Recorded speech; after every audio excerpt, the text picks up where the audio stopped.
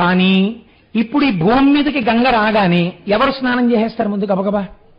పాపాలు ఉన్న వాళ్ళందరూ చేసేస్తారు, అక్కడ పుణ్యం ఉన్న వాళ్ళే ఉన్నారు, వాళ్ళు చేస్తే వచ్చే నష్టమేం లేదు. ఇంతకన్నా ప్రమాణం ఎక్కడ? పాతాళం. ఇక్కడ బాగా పాపం చేసిన వాళ్ళే ఆ కింద ఉన్నారు, వాళ్ళు స్నానం చేసేస్తారు. ఇప్పుడు ఇన్ని స్నానాలు అయ్యాక ఈ గంగ అక్కడికి వెళ్తుంది కదండి. నేను అన్నానని అనుకోకండి, అసలు గంగ శక్తి ఎక్కడి నుంచి వచ్చిందో గంగావతరణంలో మీరు విందురు గాని, ఇప్పుడు గంగ అక్కడ దాకా వెళ్ళిన తర్వాత ఇంత ఉద్ధతితో ఉన్న వాళ్ళని ఉద్ధరించగలిగినంత శక్తి నాలోంచి కూడా జారిపోయిందని అనుకోండి. ఏమిటి భగీరథుడు చేయవలసిందే? ఇది చతుర్ముఖ బ్రహ్మగారి ఆలోచన. ఇది గోకర్ణ క్షేత్ర మహాత్యం. శంకరుడు అక్కడ అనుగ్రహిస్తున్నాడు, చతుర్ముఖ బ్రహ్మగారిలో దూరాడు. గభాలన నీళ్లు పడిపోతాయి అనకు. అలా అన్నావంటే భగీరథుడి కోరిక తీరదు. శివుడే బ్రహ్మగారి మేధస్సులో ప్రవేశించి ఒక మాట అనిపిస్తున్నాడు. ఏమని? గంగాయా పతనం రాజన్ పృథివీన సహిష్యతి తాం వై ధారయుతుం వీరనాన్యం పశ్యామి శూలినః. ఈ మాటల పొందిక మీరు అర్థం చేసుకోవాలి. ఇప్పుడు గంగ ఆకాశంలోంచి పడితే పాతాళానికి వెళ్ళడానికి భూమి సహించలేదు. భూమి సహించలేదంటే భూమి యొక్క స్వరూపమే మారిపోతుంది. పెద్ద గోతులు పడిపోవచ్చు, అల్లరైపోవచ్చు, ఆ దెబ్బకి కదిలిపోవచ్చు, ఏదైనా అవచ్చు. ఒకటి, ఇది నిజంగా అంత సత్యము కాకపోవచ్చు. రెండవ ఇబ్బంది ఎక్కడొస్తుంది? మధ్యలో ఉండి పట్టుకునేవాడోడు కావాలి. అసలు భరించడం అన్న మాట ఎవరిదండి లోకంలో? భూమిది. భూమే భరించకపోతే మరి భరించేవాడెవడు? ఎవడున్నాడో అంతకన్నా ఓర్పున్నవాడు, అంతకన్నా కారుణ్యమూర్తి, అంతకన్నా సహనమూర్తి బ్రహ్మగారి చేత చెప్పిస్తోంది. వీరనాన్యం, ఇంకెవ్వరూ నాణ్య పంధాయనాయ విద్యతే అని చెప్పేసినట్టే చెప్పేస్తున్నాడు. వేరొకరు లేరు అంత ఓర్పుతో ఎంతకైనా దిగజారి కోరిక తీర్చాలంటే పశ్యామి శూలినః, శూలము పట్టుకున్నవాడెవరో వాడే తీర్చగలడు. అయితే మీకు ఇక్కడ ఒక అనుమానం రావచ్చు, ఏమంటే శూలినః అంటే మరి ఈయన కూడా రాడా? శూలం పట్టుకున్నాడు కదా షణ్ముఖుడు అని. కాదు కాదు, గంగావతరణం ముందు కదండి. పైగా శూలి అన్న మాట ప్రధానంగా శంకరుణ్ణి వర్తించి ఉంటుంది. శూల, త్రిశూలం పట్టుకున్నవాడు అంటే సత్యమైన పరబ్రహ్మ. 3 గుణములు, దానికి ఆధారమైనటువంటి నిర్గుణతత్వాన్ని చేతపట్టినవాడు. కాబట్టి ఆ శూలి వచ్చి ఇక్కడ నిలబడాలి. నిలబడితే గంగ పైనుంచి ఆయన మీద పడుతుంది, ఆయన తట్టుకోవాలి, తట్టుకుని కింద పడాలి. ఇందులో మీరు ఒక గమ్మత్తు గమనించాలి. ఎప్పుడైనా మీరు కొండల మించి నీరు పడే దగ్గరికి వెళ్ళి స్నానం చేశారనుకోండి, మొట్టమొదట స్నానం చేసిన వాళ్ళు ఏం చేస్తారో తెలుసండి? తెలియక వెళ్ళి నీటిధార కింద తలపెడతారు. నీటిధార కింద తలపెడితే ఏమవుతుందో తెలుసా అండి? మీరు ఆ తర్వాత అక్కడి నుంచి ఏ గుళ్ళోకో ఎక్కడికో బయలుదేరతారు.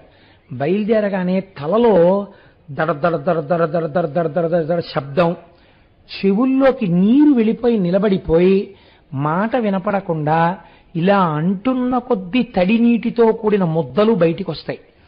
కొండమించి పడే నీటి కింద స్నానం చేసేటప్పుడు తల పెట్టరాదు, చేతులు ఇలా అడ్డు పెట్టుకుని తల పెట్టాలి, లేకపోతే ఆ ఉద్ధతిని తల తట్టుకోలేదు. కాబట్టి ఇప్పుడు శంకరుడు ఎలా పెట్టాలండి? ఇలా పెట్టాలి కదా. ఇలా పెడితే ఏమవుతుంది? అంజలి ఘటించినట్టు అవుతుంది. శిరస్యంజలి మాధాయ, పైనున్నది గొప్పది, నేను కింద వాడిని. కాబట్టి గంగ పడేటప్పుడు నేను కూడా ఇలా అంజలి ఘటించి పెట్టాలి. అంటే తను తట్టుకోలేడు కదా. మన స్నానానికి ఆయన పట్టడానికి ఎంత తేడా వస్తుందో చూడండి. కాబట్టి ఒక్క శూలి పట్టగలడు, త్రిశూలమును పట్టుకున్నవాడు పట్టగలడు. వాడు ఎక్కడున్నాడు? అక్కడే ఉన్నాడు, గోకర్ణంలో.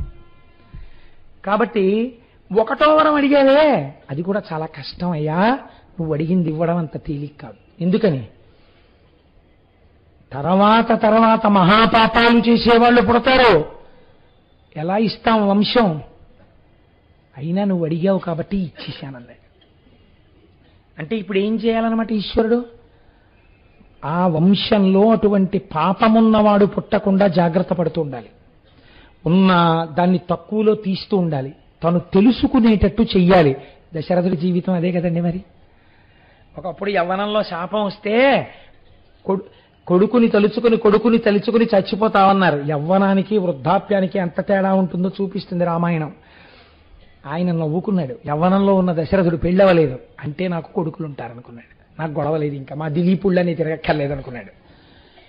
కానీ ఏమైంది, నిజంగా కొడుకుట్టాక ఆ కొడుకు పక్కన లేనప్పుడు చచ్చిపోవడం ఎంత కష్టమో తెలిస్తే వృద్ధాప్యంలో కౌసల్య శాపవాక్యం ఎంత గొప్పదో ఇప్పుడు నాకు అర్థం అవుతోందని ఏడుస్తుంటే అందరూ నిద్రపోతే ఒక్కడే ఏడ్చి రామా రామా అంటూ చచ్చిపోయాడు. ఇప్పుడు నాకు అర్థమైంది కౌసల్య అన్నాడు. మీరు విన్నారు కదా అయోధ్యకాండ. కనుక ఆయన ఒక వరం ఇచ్చేస్తాను, రెండోది కూడా ఇయ్యబడవచ్చు, పట్టుకునేవాడిని ఒకడిని చూసుకోవాలి, పేరు చెప్తాను, శూలినః, శంకరుణ్ణి తెచ్చుకో. ఇప్పుడు ఏమని అడగాలండి శంకరుణ్ణి? అయ్యా మీరేమనుకోకండి, తప్పుడు పనులన్నీ చేశారు మా వాళ్ళు కొంతమంది, గంగ పైనుంచి కింద పడుతుంది, భూమి పాడైపోతుంది, మీరు వచ్చి అలా కింద నించుంటే పైనుంచి వచ్చి గంగ మీ నెత్తి మీద పడుతుంది, మీరు భరిస్తుంటే అక్కడి నుంచి భూమి నుంచి పాతాళానికి ఎడుతుంది, మా వాళ్ళు ఉద్ధరింపబడతారు, మీరు అలా నించోండి అన్నారు అనుకోండి. ఎవడు ఒప్పుకుంటాడండి ఈ పనికి? మీకు ఏదైనా ప్రీతి ఉంటే ఓ పండెట్టండి, ఓ కాయెట్టండి, ఓ కోరుకోండి, నాకు ఇది కావాలని అడగండి, పోనిస్తాం. అంతేగాని మీరు నించోండి నీళ్లు వచ్చేస్తాం మీ మీదంటే ఎవడు ఒప్పుకుంటాడు? ఒప్పుకోడు కదా ప్రపంచంలో ఎవడు. అయినా ఆయన ఏం చేశాడు అంటే మహానుభావుడు వెళ్ళి మళ్ళీ తపస్సు మొదలుపెట్టాడు శంకరుడు కోసం. ఇది భగీరథ ప్రయత్నం అంటే. ప్రీతస్తేహం నరశ్రేష్ఠ కరిష్యామి తవ ప్రియం శిరసాధరయిష్యామి శైలరాజ సుతామహం. మీరు వాల్మీకి రామాయణాన్ని జాగ్రత్తగా చదవండి. బ్రహ్మగారిని వరం అడిగాడు ఎవరు? భగీరథుడు. శంకరుణ్ణి వరం అడిగినట్టు వాల్మీకి రామాయణమునందు లేదు. శంకరుణ్ణి అసలు అడగలేదు. అయా మీరు పట్టుకోండి గంగ పైనుంచి పట్టినప్పుడు అని భగీరథుడు శంకరుణ్ణి అడగలేదు. అడగకుండా ప్రత్యక్షం అవుతూనే శంకరుడు అన్నాడు, ప్రీతస్తేహం నరశ్రేష్ఠ, నువ్వు చేసిన తపస్సుకి చాలా ప్రీతి పొందాను. అంటే అడగడానికి మొహమాట పడతాడేమో, ఒకటికొకటి అడుగుతాడేమో, ఇంత చేసిన తపస్సు పాడవుతుంది. ఇది గోకర్ణం మహాబలేశ్వరుడు. అడగకుండా అడగవలసింది ఇచ్చేస్తున్నాడు. ప్రీతస్తే, ఇవన్నీ వింటుంటే గోకర్ణం వెళ్ళాలనిపించట్లేదండి ఒకసారి. ప్రీతస్తేహం నరశ్రేష్ఠ కరిష్యామి తవాప్రియం, నీకు ప్రియమైనది చేసేస్తాను. ఏమిటది? మళ్ళీ అలా అంటే ఏమిటి చేస్తానంటున్నాడో, నేను అనుకుంటున్నాడో అనుకోవట్లేదో అని నువ్వేమీ అనుకోక్కర్లేదు. శిరసాధరయిష్యామి, తలంతా పెడతాను. సత్యం చెప్పేస్తున్నాడండి. కడుపు నిండా తింటాను అన్నట్టు జరగబోయేది చెప్పేస్తున్నాడు. త్రికాలజ్ఞుడు, ఆయనకి తెలియందేముంటుందండి. తల నిండా పడతాను, శిరసా, తల నిండా పడతా. గంగ అలాగే అడిగింది, తల నిండా అలాగే పట్టాడు. శిరసాధారయిష్యామి శైలరాజ సుతామహం, ఆ పర్వతరాజ పుత్రి ఉందే గంగ, అలా పడతానులే పద అన్నాడు. ఇది మీరు దర్శనం చేయవలసినటువంటి పోస్చర్ అండి గంగావతరణం. మీరు ఇక్కడ ధ్యానం చేయాలి. ఎందుకంటే గంగాధర అన్న నామమే కానీ అసలు నిజంగా అలా నిలబడినటువంటి గంగాధరుడి యొక్క స్థితి మీరు విజయవాడలో కనకదుర్గమ్మ తల్లి దర్శనం అయిపోయిన తరువాత సుబ్రహ్మణ్యేశ్వర దర్శనం నుంచి మల్లికార్జున దర్శనం వరకు వెడుతున్న మార్గ మధ్యంలో పక్కన ఉన్న ప్రమదావనంలో ఇలా నిలబడి పైనుంచి గంగ పడుతున్నటువంటి శివుడు ఉంటాడు కదండి. అయితే చాలా చోట్ల ఎలా వేస్తారంటే ఆయన జడలన్నీ విప్పేసుకున్నట్లు వేస్తారు, కానీ అలా విప్పుకు నిలబడినట్టు లేదు. ఆయన మామూలు ఇప్పుడు ఎందుకు విప్పాలంటే అసలు మీరు ఆలోచించండి, ఇది ఎక్కడ వచ్చేస్తుందంటే ఈ కాన్సెప్ట్. సాధారణంగా పెద్ద జడ ఉన్న వాళ్ళు ఎవరుంటారండి? నా బోటిగాడికి అసలు మామూలు క్రాపే ఉండట్లేదు. భగవంతుడు అనుగ్రహించి క్రాపు పాపిడి వచ్చేవాళ్ళకి వెంకటాచలం తీసుకెళ్తున్నాడు కాబట్టి కృప చేసి ఆ గొడవే లేకపోతుంది అనుకోండి. దీర్ఘమైన కేశపాశం ఎవరికి ఉంటుంది? సుమంగళికి ఉంటుంది కదా. వారు స్నానం చేసేటప్పుడు, తలస్నానం చేసేటప్పుడు కొన్ని ఇబ్బందులు లేకుండా ఏదో దాని గురించి మన మీద విచారణ అక్కర్లేదు, విరబోసుకుంటారు. అది దృష్టిలో పెట్టేసుకుని సాధారణంగా ఏం చేస్తారంటే కొప్పుతో చెయ్యరు కాబట్టి విరబోసుకుని ఆయన నిలబడ్డట్టుగా చెప్తుంటారు. మీరు ఆలోచించండి, అలా విరబోసుకుని నిలబడిపోతే అది ఒక పరిమితి ఏర్పడిపోయినట్టు శివుడికి కూడా. అలా నేను విప్పుకోపోతే ఈ జటాజూటం సరిగ్గా తడవదో లేకపోతే పడిశం పడుతుందో అలాంటి వాడికి పైన చంద్రుడిని ఇక్కడ ధరిస్తాడండి. అసలు జడలు ఎందుకు విప్పుకోవాలి ఆయన? గంగాధరుడు జటలు విప్పలేదు, జటాజూటంతోనే ఉండాలి శంకరుడు కదండి. జటాజూటంతో నిలబడ్డాడు. ఎలా నిలబడ్డాడు? ఎక్కడ తపస్సు చేశాడు? గోకర్ణంలో చేశాడు. గోకర్ణంలో ఉన్నవాడెవడు? మహాబలేశ్వరుడు. అక్కడ వచ్చింది వరం. కాబట్టి మహాబలేశ్వరుడైనటువంటి వాడు ఏ విషయంలోనైనా బలం కలిగిన వాడే. వాడు ఇలా చేతులు ఎందుకు పెట్టుకుంటాడండి? అప్పుడు తలకో పరిమితి ఉన్నట్టు కదా మళ్ళీ. కాబట్టి ఇప్పుడు లేకపోతే ఇలా చూస్తున్నాడు అనుకోండి, బాబా పడిపోతుందా లేని కొనుక్కోవడం ఏం లేదు కదా, పెద్ద ప్రమాదకరంగా ఏం వచ్చేయట్లేదు కదా పాయలు అని ఏం చూడటం. ఎలా చూస్తూ ఉండాలి? ధిక్కారంగా చూస్తుండాలి. పడో రా నీ ఇష్టం అని. కాబట్టి ఇప్పుడు ఎవరినైనా సరే మీరు తల మీద ఇలా మోదారు అనుకోండి, మోదితే గభాలను ఇలా కదలికి వస్తుంది అదురుకి.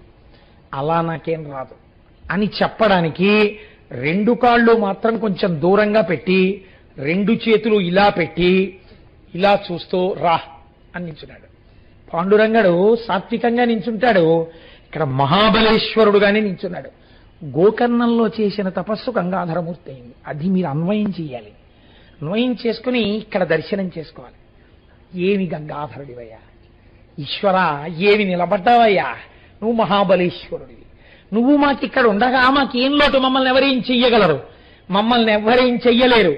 ఓవర్ బ్రిడ్జి డౌన్ లో కారును గుద్ది కింద పడ్డాయా, ఇంకొక వాహనం కూడా వచ్చి తగలడానికి వీళ్ళు ఆగిపోవలసిందే వాహనాలు తప్ప. అంటే నేను ఎవరిని పడిపోమని చెప్పట్లేదు. అలాగా ఈశ్వరాజ్ఞ లేకపోతే ఆయన రక్షిస్తుండగా ఎవ్వడు చెనకలేడు. ఇది మహాబలేశ్వరుడు. మహాబలేశ్వరుణ్ణి చెప్పుకునేవాడిని చెనకడమే కుదరదు. వాడి ప్రారంధం దాటిపోవలసిందే. కాబట్టి ఇలా నిలబడిపోతే గంగాధరుడై హిమవత్ పర్వతం మీద నిలబడ్డాడు. ఎందుకు హిమవత్ పర్వతం మీద నిలబడాలి? పడడం ఒక పవిత్రమైన ప్రదేశంలో గంగ పడాలని నిర్ణయించుకుని నిలబడ్డాడు. ఇంకొక కోరిక కాదు ఆయనకి. ఆయన అక్కడైనా పట్టగలడు. ఆవిడికో పవిత్ర స్థలం చూపించాలనుకున్నాడు. వెళ్ళి నిలబడితే చిత్రం ఏమిటి? ఆవిడ అనుకుందిట మనస్సులో, చతుర్ముఖ బ్రహ్మగారు వచ్చి శూలిన అడిగో నించున్నాడు శంకరుడు. గంగా భగీరథుడి కోరిక తీర్చు. మీరు ఎప్పుడు గంగావతరణాన్ని లోపల దర్శనం చేసినా మీకొకటి దర్శనం అవ్వాలండి. ఈ గంగ మొట్టమొదట ఆకాశంలోంచి జారి పెద్ద ధార శివుడి తల మీద పడుతుండగా ఆ పట్టడం భూమే పట్టలేదంటే ఎంత ప్రవాహం పడిపోతుందో, ఈ శంకరుడు ఎలా పడతాడో పట్టగలడన్న నమ్మకంతో నా కోసమని ఈ పని చెయ్యడానికి సిద్ధపడ్డ పరమాత్మ అని కృతజ్ఞతతో చూస్తూ తను పక్కనున్నాడనుకోండి, ఏమవుతుంది? ఓ పాయ ఈయన మీద పడుతుంది, ఈయన వెళ్ళిపోతాడు ఆ ప్రవాహంలో. కాబట్టి భగీరథుడు పక్కన ఉంటాడా? ఉండకూడదు. అదే సనక సనందనాసులకి దక్షిణామూర్తి ఏంటి? అది మహాబలేశ్వరమూర్తి. కాబట్టి దూరంగా ఎక్కడో నించోవాలి. నించుని చూడండి, ఇంట్లో పెద్ద చెట్టు కొమ్మ కొట్టించుకునేవాడు యజమాని దూరంగా నించుని జాగ్రత్త అంటుంటాడు. దాంట్లో నిష్ణాతులు తారెట్టుకులు అవుతుంటాడు. యజమాని ఏం కొమ్మ కింద నించోడు, మా కొమ్మే కదా అని. అలా ఎవడు గంగ కావాలో వాడు దూరంగా నించుంటాడు. దూరంగా నించుంటే ఈ గంగ పడుతూ ఉండాలి. అమ్మ గంగ పడుతుంది, శివుడి మీద పడుతుంది, శివుడి మీద పడ్డాక భూమి మీద పడుతుంది, భూమి మీద పడ్డాక పాతాళానికి వెళ్ళాలి. పాతాళంలో బూది కుప్పలు ఎక్కడున్నాయో అక్కడ చోటు చూపించడానికి నేను రెడీగా ఉండాలి వాహనంతో. కాబట్టి గుర్రాలవి కట్టుకుని ఉన్నాడు. కింద పడితే పరిగెత్తుకుంటూ గుర్రం మీద వెళ్ళి ఆ రథం మీద వెళ్ళి దారి చూపిస్తాడనమాట గంగకి.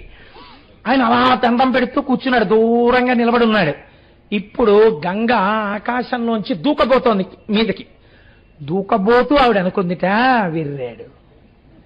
చాలా మంది శంకరుడి ప్రజ్ఞ గమనించకుండా భోళాశంకరుడు అంటుంటారు. భోళాశంకర తత్వం అంత వెర్రితత్వం ఏం కాదైంది. ఆయనంత ప్రాజ్ఞుడెవరు ఉంటారండి? ఆయనకి తెలియనిది ఏముంటుంది? అందుకే శూలినహ అన్నాడు మహానుభావుడు బ్రహ్మగారు. ఏమిటో నించున్నాడు, నన్ను పట్టుకోవడం అంటే మాటలు అనుకుంటున్నాడు. ఆ పైనుంచి నేను ఈయన తల మీద పడి ప్రవాహ వేగంతో వెళ్ళిపోతుంటే ఆ వేగంలో ఈడ్చుకెళ్ళిపోతా పాతాళానికి. మళ్ళీ ఇక్కడ నించున్నవాడు మళ్ళీ కన్ను మూసి కన్ను తెరిచేటప్పటికి ఎక్కడ తేల్తాడు? స్పృహ తప్పిపోయి పాతాళలోకంలో తేల్తాడు. ఏమిటో ఎందుకు నించోవడం, ఎందుకు వెర్రి ఇంత గొప్ప అనుకుందిట. సా కథం చిన్మహీం గంతుం న శక్నోత్యస్తమాస్థిత నైవ నిర్గమనం లేభే జటామండలమోహిత. పడ్డం మొదలెట్టింది పైనుంచి. ఈయనేం చేశాడు? ఇలా కూడా చూడలేదు. నేను పట్టించుకునేది ఏంటనుకున్నాడు, ఇలాగే నించున్నాడు అంతే. ఇప్పుడు ఏమైంది? ఏదో పెద్ద పంపుధార పడినట్టు గంగా ప్రవాహం పైనుంచి పడ్డామంటే మాటలు అనుకుంటున్నారా మీరు? ఎన్ని పడ్డాయో తెలుసా అండి?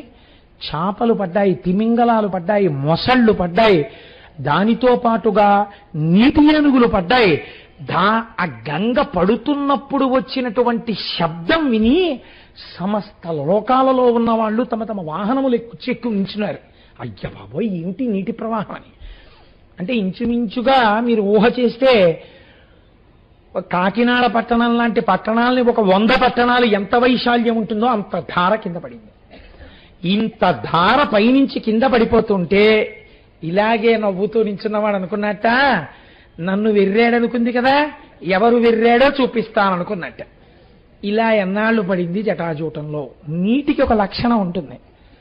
మీరు ఎంత గొప్ప పాత్రలో పొయ్యండి, ఇంత చిన్న బెజ్జం ఉంటే తెల్లవారేటప్పటికి చుక్క నీరు ఉండదు అందులో కదండి. అందులోంచి వెళ్ళిపోతుంది. అది నీటి యొక్క లక్షణం. ఇప్పుడు చిత్రం ఏమిటంటే నీరు, నీటితో పాటు నీటి ఏనుగులు, మొసళ్ళు, ఎండ్రకాయలు, పావులు, తాబేళ్లు, పెద్ద పెద్ద చేపలు, చిన్న చిన్న చేపలు, ఇలాంటివన్నీ కొన్ని సంవత్సరాల పాటు ఆ జటాజూటంలో పడుతూనే ఉన్నాయి.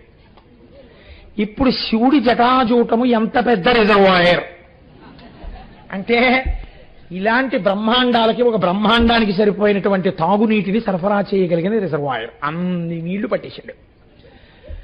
చుక్క ఇలా జారట్లేదు, అలాగే తిరుగుతోంది నీరు. చిత్రం ఏమిటి? వ్యసర్పత జలం గిర్ర గిర్ర గిర్ర గిర్ర గిర్ర గిర్ర గిర్ర గిర్ర అంటే ఎంత జటాజూటం ఉప్పాడో. ఇది వదిలేశాడంటారు. వదిలేదు, అలాగే పెంచాడు దాన్ని.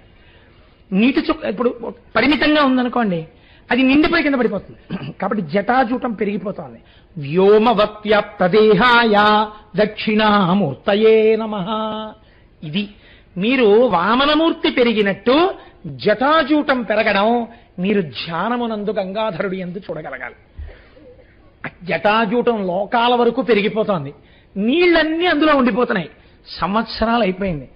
నిలబడ్డా ఆయనకి నీళ్లు పడ్డం కనపడుతోంది, కిందకి పడ్డం కనపడలేదు. మరి అయితే అలా ఎందుకు నించున్నాడు? 2 కారణాలు. నీరన్నది తల మీద పడ్డాక కింద పడుతుందని ఒకటి నమ్మాడు. జుట్టు కదా నీరెందుకుంటుంది అని ఒకటి అనుకున్నాడు. రెండోది ఏమనుకున్నాడు? తప్పకుండా నా కోసమే పట్టుకుని ఉంచాడు కాబట్టి కింద వదులుతాడు. అన్నింటినీ మించి భయం ఏమిటంటే, కొంచెం దగ్గరికి వెళ్ళి అయ్యా ఏంటంటే పట్టలేదని అడుగుదామంటే వదిలేస్తే, తనే దగ్గరికి వెళ్ళాక కరెక్ట్గా కింద పడితే తను ఉండడం. కాబట్టి దగ్గరికి వెళ్ళి అడగచ్చా? అడగలేడు. మీరు గంగావతరణాన్నండి, శ్లోకాలు కాదండి, ఇక్కడ దర్శనం చెయ్యాలి. ఇప్పుడు ఎన్ని పరిపరి వేదనలు పొందుతున్నాడో భగీరథుడు. అక్కడ ఎందుకు భగీరథ తపస్సు అన్నారు. ఎంత పరితపించిపోయాడో కంటి ముందు కనపడుతోంది జలధారలో. ఆ పైవాళ్ళు చూస్తున్నారు. ఏమిటి చూస్తున్నారు? కరెక్ట్గా ఇలా కొంచెం పైకి వస్తోంది, ఇదంతా పడిపోతుంది, మళ్ళీ ఇలా పెరుగుతోంది. ఇలా హారిజాంటల్ గా పెరుగుతోంది, వెర్టికల్ గా పెరుగుతోంది. ఎన్ని నీళ్లు పోసేసినా ట్యాంక్ పెరుగుతూనే ఉంది, పడుతూనే ఉంది గంగ. చక్కగా అందులోనే చేపలు తిరుగుతున్నాయి, అందులోనే మొసళ్ళు తిరుగుతున్నాయి, అందులోనే నీటి ఏనుగులు తిరుగుతున్నాయి. చుక్క నీరు కింద పడదు. ఏమిట్రా ఈ చిత్రం అని అలాగే ఉన్నారు. కొన్ని సంవత్సరాలు తిరిగిన తర్వాత ఈవిడ అనుకుందట, అరేరే చిన్న కన్నం దొరికితే జారిపోవడం నాకొచ్చు. ఇంత పెద్ద ధారని ఒక లోహం కాదు, తన జుట్టు ముడితో కట్టేశాడు కొన్నేళ్లు గంగావతరణాన్ని. ఈయన ప్రాజ్ఞుడంటే, ఈయన పరమపురుషుడంటే, ఈయన పరబ్రహ్మం అంటే తెలియక వెర్రితనానికి పోయాను. ఈయన పరమాత్మ, ఈయన శరీరానికి తగలడం నా భాగ్యం. ఈయనే వదిలితేనా ఇలా జారిపోతాను. ఇలా జారిపోయినప్పుడు ఇప్పుడు తలకి తగలడం కాదు, ఈయన ఒళ్ళంత తరువుతో కింద పడిపోతాను. అంటే నాకు పరబ్రహ్మ స్పర్శ కలుగుతోంది, నేను పునీతమైపోతున్నాను అనుకుంది. అంతే వదిలేడా? ఈవిడికి ఈ బుద్ధి. ఆయనకి భగీరథుడికి మళ్ళీ తపస్సు మొదలెట్టాడు శంకరుడి కోసం. ఆయన యొక్క కార్యసిద్ధి ఏకకాలమునందు సంఘటించి వదిలిపెట్టాడు నీరు.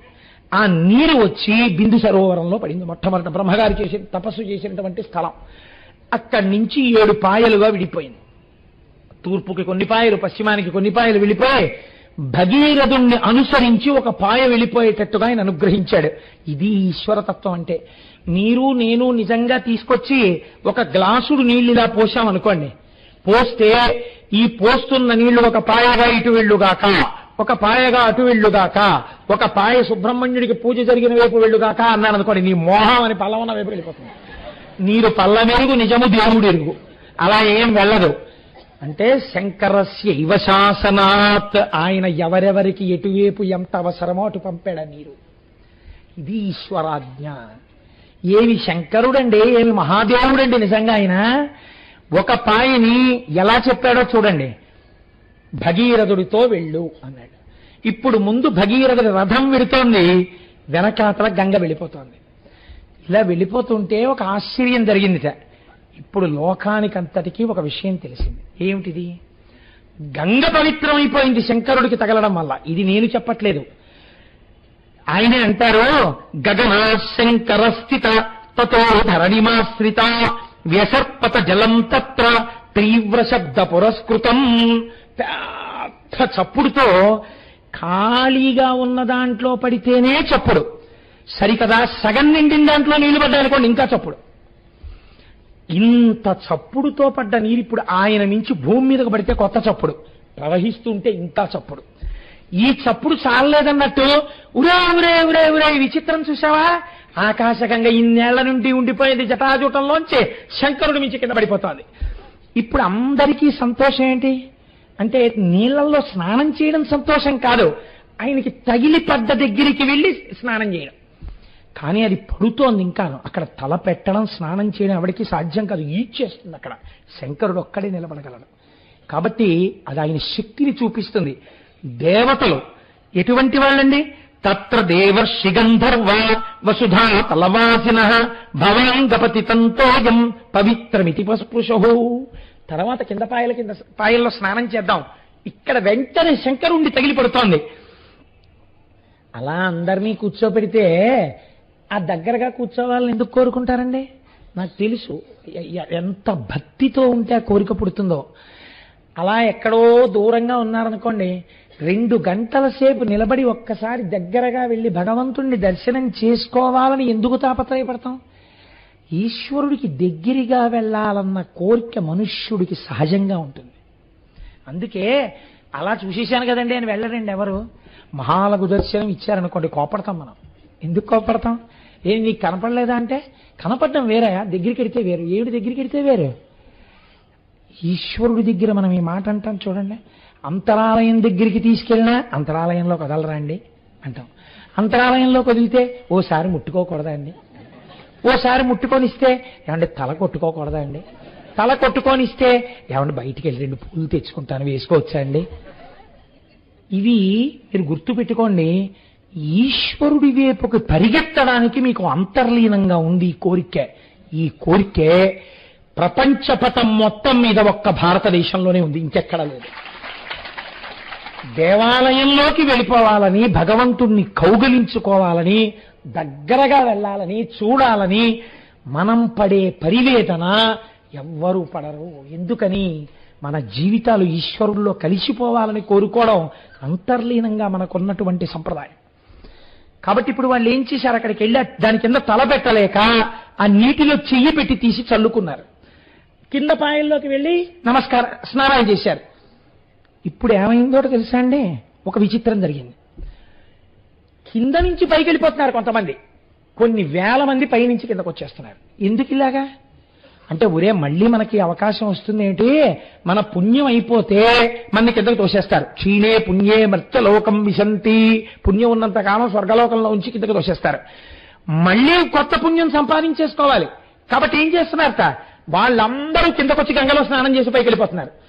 మహాపాపాత్ములు భూమి మీద ఉన్న వాళ్ళు గంగలో స్నానం చేసి పాపాలపై పైకి వెళ్ళిపోతున్నారు. కిందకొచ్చేవాళ్ళు పైకి వెళ్ళేవాళ్ళు, కిందకొచ్చేవాళ్ళు పైకి వెళ్ళేవాళ్ళు. ఓ స్నానం అయిందా, అయిపోయిందండి, వెళ్ళిపోతున్నాం. ఓ మీరెక్కడికి వెళ్తున్నారు, స్నానానికి వెళ్తున్నామంటే వెళ్ళిపోయేవాళ్ళు. ఎగువకు పోవు పండ్లకు దారి విడివమో అని తిరుమల కొండ మీద రాసినట్టు కిందకొచ్చేవాళ్ళు పైకి వెళ్ళేవాళ్ళు, కిందకొచ్చేవాళ్ళు పైకి వెళ్ళేవాళ్ళు. ఒకటికి 4 మాటలు స్నానం చేసేసేవాళ్ళు, దాని వెంట పరుగులు తీసేవాళ్ళు. ఎందుకని? నదీ ప్రవాహం ఇంత గొప్పగా ఒక మనిషి సాధించినది చరిత్రలో. ఆయన మీద పడుతోంది, ప్రవహిస్తోంది. ముందు భగీరథుడు వెళ్తున్నాడు, ఆయన ఇటిడితే చెడుతోంది. వెళ్ళేటప్పుడు నీటి లక్షణం అండి, ఇలా గీత గీసినట్టు వెళ్ళలేదు. లోతుల్లోకి వెళ్ళిపోతోంది, సుడిగుండాలు తిరిగేస్తోంది, ఇలా వంకరగా వెళ్ళిపోతోంది, ఎత్తెక్కడానికి ప్రయత్నం చేస్తోంది, పచ్చటి నులుగు ఏర్పాటు చేసుకుంటోంది, పుట్టల్ని కప్పేస్తోంది, ఇలా వంకర్లు తిరుగుతోంది. ఒక్కొక్క చోట వాలుగా ప్రవాహం తిరిగిపోతోంది, ఒక్కొక్క చోట తిన్నగా వెళ్ళిపోతోంది, ఒక్కొక్క చోట తన ప్రవాహమే తనకి ఎదురొచ్చి ఢీకుంటోంది, అందులోంచి తుంపర్లు పుడుతున్నాయి. అలా వెళ్ళిపోతోంది. వెళ్ళిపోతుంటే వెళ్ళి వెళ్ళి వెళ్ళి వెళ్ళి జహ్ను మహర్షి తపస్సు చేసుకుంటున్నటువంటి ప్రాంగణం దగ్గరికి వెళ్ళింది. వెళ్ళి అటువైపుకు పల్లం ఉంది, అటు తిరిగింది. తిరిగి ఒక్కసారి ఇంత నీటి ప్రవాహం వెళ్ళి ఆయన అంతర్ముఖుడై కూర్చుని ఉన్నాడు. కూర్చుని ఉండేటప్పటికీ ఇంత నీరు ఆయన యొక్క ఆశ్రమాన్ని కొట్టేసి తీసుకుపోయింది. ఇది చాలా చిత్రంగా ఉంటుందండి. మీరు ఎప్పుడైనా చూశారో లేదో నాకు తెలియదు, కానీ ఈశ్వరుడు బహుశా ఎదరవీడు ఎప్పుడైనా గంగావతరణం చెప్పాలని నన్ను అలా పుట్టించాడు. ఏలూరులో మా ఇంటి పక్కనే తమిళేరు ఉండేది. ఆ తమ్మిలేటి గట్టెక్కి కూర్చుంటే ఏరుస్తోంది అనేవారు. ఏరుస్తోంది అంటే స్కూల్ మానేయడమే. ఇంట్లో వాళ్ళకి భయం, వరదలు వస్తాయని పంపించేవారు కాదు. వెంటనే ఏమిటంటే ఆ ఏటి గట్టెక్కి కూర్చునేవాళ్ళం. ఆ ఏరు వచ్చేటప్పుడు గబగబ గబగబా వచ్చేస్తుంటుంది ప్రవాహం. వచ్చేస్తూ పాము వెళుతుంది చూసారా, అలాగే వెళ్ళిపోతుంటుంది. వెళ్ళిపోతూ ఏట్లో అప్పటి వరకు ఈ రజకులు వాళ్ళు చిన్న చిన్న పాకలు అవి వేసుకునేవారు విశ్రాంతికి. వచ్చినప్పుడు ఎంత చిత్రం అంటే ఇలా వచ్చి ఆ పాకలోకి వెళ్ళిపోయేది అంతే. వీళ్ళందరూ సామానట్టుకుని వచ్చేసేవారు. ఆ పాక నీటి మీద తేలిపోయేది, తనతో పాటు పాకను తీసుకెళ్లిపోయేది. పాకగా పెడుతుంది అనుకుంటున్నారా? ఆ ప్రవాహ వేగానికి కాసేపటికి ఈ కర్రలు ఇటుడిపోయేవి, ఈ కర్రలు ఇటుడిపోయేవి, ఆ ఆకులు అట్టిపడిపోయేవి. ఒక వేగం ఆకులు నటు తీసుకుపోయేది, కొన్ని కర్రలు ఇటు తీసుకుపోయేది, కొన్ని అటు వెళ్ళిపోయేవి, కొన్ని తాటాకులు అక్కడే ఇలా తిరుగుతుండేవి సుడిగుండంలో. అంతే. ఆ వేగానికి అలా వెళ్ళిపోతుంటే జలమయం అయిపోయిందంటారు. తన వేగంలో తీసుకుని వెళ్ళిపోతుంది అందరినీ. ఆ తమ్మిలేటి ఒడ్డున కూర్చునేది అన్నీ తీసుకెళ్లిపోతుంటే అలా విచిత్రంగా చూస్తూ ఉండేవాళ్ళం. ఒక్క చెట్లు మాత్రం స్వాగతం చెప్పినట్టు గట్టు మీద ఉన్నటువంటి తుమ్మ చెట్లు మాత్రం పడిపోకుండా ఆ ప్రవాహంలో ఇలా చేతులు ముంచుతూ మొదట ఆడుకున్నవి ఏమైనా ఉంటే చెట్లే. చేతులు పెట్టి పిల్లలు చూడండి నీళ్ళల్లో చెయ్యెత్తి ఆడుకుంటారు. అలాగా బాలమురళీకృష్ణ గారు చిన్న వ్యంగ్యధ్వని చేశారు సుప్రభాతం చేస్తూ. శంకరుడు పొద్దున్నే నిద్ర లేవకముందు పడుకొని ఉంటాడట. అందరిలో చిన్నపిల్లాడు సుబ్రహ్మణ్యుడు కదండి, పెద్ద ఆయన గణపతి. ఆయన చాలా సంస్కారవంతంగా స్నానం చేసి యజ్ఞోపవీతం సంధ్యావందనం ఇవి చేసుకుని నాన్నగారు లేస్తారని కాళ్ళ దగ్గర ఇలా చేతులు కట్టుకుని ఇంచుంటాడట. పార్వతీదేవి ముందే లేచి అన్ని సిద్ధం చేసేసి ఈ చిన్న పిల్లవాడు కదా సుబ్రహ్మణ్యుడిని ఇలా సంకలో పట్టుకుని వచ్చి స్వామివారి పాన్పు దగ్గర పాదాల దగ్గర కూర్చుని ఆయన్ని మెల్లమెల్లగా తట్టి ఏమండి ఏమండి అంటుంటుంది. ఈ సుబ్రహ్మణ్యుడు మాత్రం గభాలను దిగిపోయి మంచం తలకట్టుకెళ్ళి తలగడా మీద ఇలా పడుకున్న శంకరుడి దగ్గరికి వెళ్ళి చెయ్యి తీసుకెళ్లి జటాజూటంలో పెడతాట. గంగమ్మ కదా చల్లగా ఉంటుందిట. ఈ చెయ్యి తీసి నుదుటి మీద పెడతాట. మూడో కన్నా అగ్నిహోత్రం కదా వెచ్చగా ఉంటుందిట. ఇలా ఆడుకుంటుంటే ఆ పిల్లాడు ఆడుకుంటున్నాడని శంకరుడు లేచి కణ ధ్వనులవుతుంటే 2 చేతులతో సుబ్రహ్మణ్యుడిని తీసుకుని ఆయన బొగ్గలు ముద్దు పెట్టుకుని అప్పుడు నిద్రలేస్తట. అనుభవించారు బాలమురళీకృష్ణ గారు. సుప్రభాతం ఎలా ఉంటుంది. ఒక్కొక్కరు ధ్యానమునందు అలా దర్శించారండి. కనుక ఆ వెళ్ళిపోతున్నటువంటి గంగ జహ్ను మహర్షి యొక్క ఆశ్రమాన్ని తనతో తీసుకుపోతే ఈయన్ని తీసుకుపోదా అండి అని మీరు అడగచ్చు. గంగ కూడా తీసుకుని వెళ్ళలేదు. తపశ్శక్తి అటువంటిది. యతో భగీరథో రాజా తతో గంగా యశస్విని జగామ సరితాం శ్రేష్టా సర్వపాప ప్రణాశిని తస్మాజ్జహ్ను సుతా గంగా ప్రోచ్యతే జాహ్నవీతి చ జగామ చ పునర్గంగా భగీరథ రథానుగా. ఆ భగీరథుడి యొక్క రథం వెనకాతల వెళ్ళి వెళ్ళి వెళ్ళి వెళ్ళి పాతాళ లోకంలోకి వెళ్ళింది. వెళ్ళిన తర్వాత తమ పితృదేవతల యొక్క భస్మరాశుల్ని చూపించి దీని మించి ప్రవహించమని చేతులొగ్గి నమస్కరించి అడిగాడు. ఆ భస్మరాశుల మించి గంగ ప్రవహించింది. ప్రవహించగానే ఎవరి శరీరమునకు సంబంధించిన భస్మరాశులు అలా పడిపోయి ఉన్నాయో వాళ్ళందరూ కూడా ఉత్తర క్షణం దాహశాంతిని పొంది 60,000 మంది సగరులు ఊర్ధ్వలోకాలకి వెళ్ళిపోయారు. ఇలా ఒక్క భగీరథుడు ప్రయత్నమన్నది ఎంత ముఖ్యమో, చిత్తశుద్ధి ఎంత ముఖ్యమో చూపించి పైన ఉన్న వాళ్ళని ఊర్ధ్వలోకాలకు పంపాడు. కింద ఉన్న వాళ్ళకి వంశము లేకుండా బాధపడకుండా భగవంతుడి యొక్క అనుగ్రహాన్ని వర్షింపచేశాడు. చతుర్ముఖ బ్రహ్మగారంతటి వాడు పిలవకుండా పరిగెత్తుకొచ్చాట. పరిగెత్తుకొచ్చి భగీరథుణ్ణి చూసి కౌగిలించుకుని అన్నాడు, భస్మస్యథా ప్లుతే రామా గంగాయా సలిలేన వై సర్వలోక ప్రభబ్రహ్మ రాజానమిదమబ్రవీత్. ఆ రాజుతో భగీరథుడితో అన్నాడు, భగీరథ, ఇంకా లోకంలో ఎప్పుడైనా ఎవరైనా ఎక్కడైనా ఇంత గొప్ప ప్రయత్నం చెయ్యవలసి వస్తే దాన్ని భగీరథ ప్రయత్నం అని వస్తుంది లోకంలో. అన్నిటిని మించి ఇన్ని కష్టాలకి ఓర్పుతో ఈ పాయని పాతాళానికి తెచ్చావు కనుక ఈ పాయకి భాగీరథి అని పేరు. నీ పేరే వస్తుంది ఈ గంగా ప్రవాహానికి.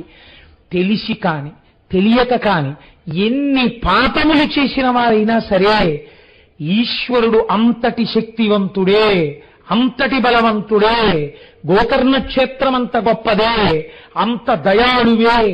ఆయన శరీరమునకు తగలడము వలనే గంగకి ఇప్పటికీ ఎప్పటికీ ఎంతమంది పాపాలు కడిగినా కడగగలిగినటువంటి శక్తి నిలబడుతోందని నమ్మి గంగావతరణ కథని చేతులెత్తి నమస్కరించి పరమేశ్వరుడు అలా నిలబడినటువంటి ఆ గంగాధరుడి యొక్క పాదములను దర్శించి ఆ తెల్లటి పాదాలకి ఎవరు నమస్కరిస్తున్నారో, ఎవరు ఈ గంగావతరణ కథని అనుమానాలు పెట్టుకోకుండా విని నమ్మి నమస్కరిస్తున్నారో అటువంటి వారికి ఇదమాఖ్యానమవ్యగ్రో గంగావతరాం శుభం యః శృణోతి చకాకుత్స సర్వాన్ కామానవాప్నుయాత్.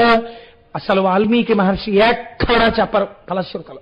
అలాంటి వారు షణ్ముఖోత్పత్తికి గంగావతరణానికి ఫలశ్రుతి చెప్పారు. ఎవరు పరమ పూజ్యభావముతో నమ్మి నమస్కరించి విశ్వాసముతో గంగావతరణము వింటున్నారో అటువంటి వారి యొక్క సమస్తమైన కోర్కెలు తీరుతాయి. సర్వే పాపాః ప్రణశ్యంతి.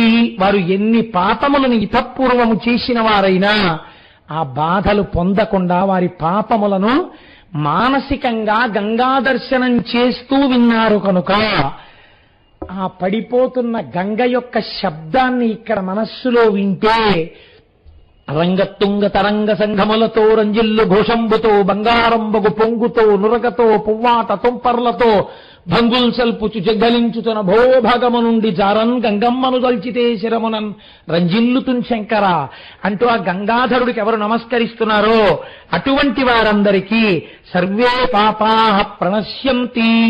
గంగా స్నానం కాదు, గంగావతరణమే విన్నారు కనుక వారి పాపములు పటాపంచలైపోయాయి.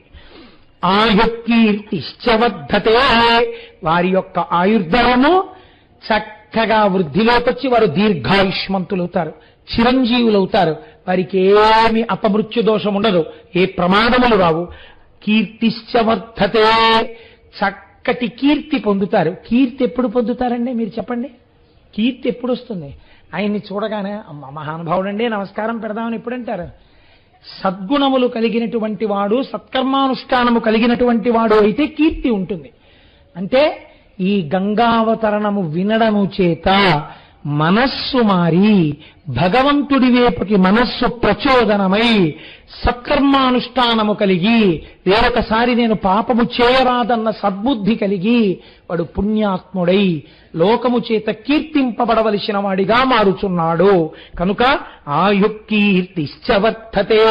అంత పరమ పవిత్రమైనటువంటి గంగావతరణ ఆఖ్యానాన్ని ఇవాళ మీకు చాలా గొప్ప రోజు సోమవారం ప్రదోషవేళ శివాష్టోత్తరం చదువుకుని శివమహాపురాణ వ్యాఖ్యానాంతర్గతంగా మనం గంగావతరణ ఘట్టాన్ని స్వామి సన్నిధానంలో కూర్చుని చెప్పుకున్నాం.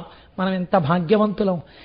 ఈశ్వరుడు యొక్క హద్దులేని కారుణ్యం వినేటప్పుడు మామూలుగా వినడం కాదు, ఇలా ముక్కున వేలేసుకోకుండా వినలేనటువంటి లీల ఏది ఉన్నదో, ఎంత చమత్కారమైనటువంటిదో, ఎంత కారుణ్యమూర్తియో ఆవిష్కరించేది ఏది విని ఏది ఒక్కసారి తలుచుకుంటే మన పాపములు పటాపంచలైపోతాయో భక్తినిస్తుందో అటువంటిది పేరు చెప్పను చిన్న సస్పెన్స్ ఉంచితే బాగుంటుంది.